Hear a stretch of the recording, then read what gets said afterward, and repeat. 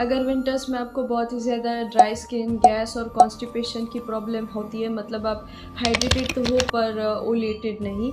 Hydration और ओलिएशन में main difference यही रहता है कि हाइड्रेशन मतलब पानी देना और ओलिएशन मतलब जो स्निग्धता, जो लुब्रिकेशन और नरिशमेंट मिलता है उसे ओलिएशन कहते हैं। ड्राइनेस के लिए हाइड्रेशन के साथ साथ ओलिएशन भी उतना ही ज़रूरी होता है।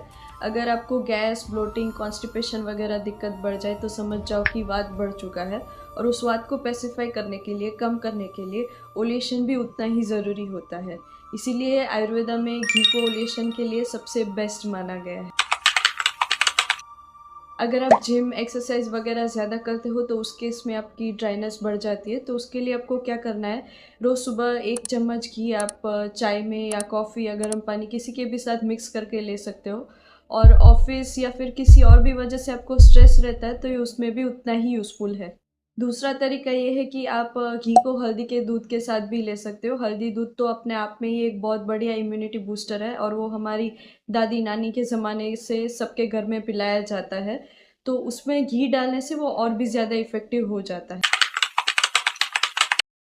अगर आपका गला बहुत ही ज़्यादा ख़राब हो जाता है या बार-बार ख़राब हो जाता है तो आप मुलेठी पाउडर के साथ घी मिक्स करके थोड़ा-सा पेस्ट जैसा बनाकर वो भी आप ले सकते हो। उससे आपका गला तुरंत ठीक हो जाएगा।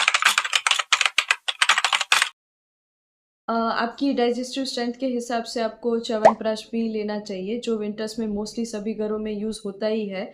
उसमें भी घी इनफ क्वांटिटी में होता है और वो अपने आप में ही एक बहुत बड़ा ओलिएटर है। अगर आपको बार-बार सर्दी हो रही है या फिर एलर्जी की वजह से सर्दी ज़ुकाम हो रहा है, तो आप उस केस में घी की एक पतली लेयर नाक में लगा सकते हो। वो एक एज़ अ प्रोटेक्टिव लेयर भी काम करता है। पानी पीना ज़रूरी है बिल्कुल, पर विंटर्स में हेल्दी रहने के लिए पानी के साथ घी यानी ओलिएशन भी प्रॉपर बॉडी के अंदर मेंटेन करना रहता है।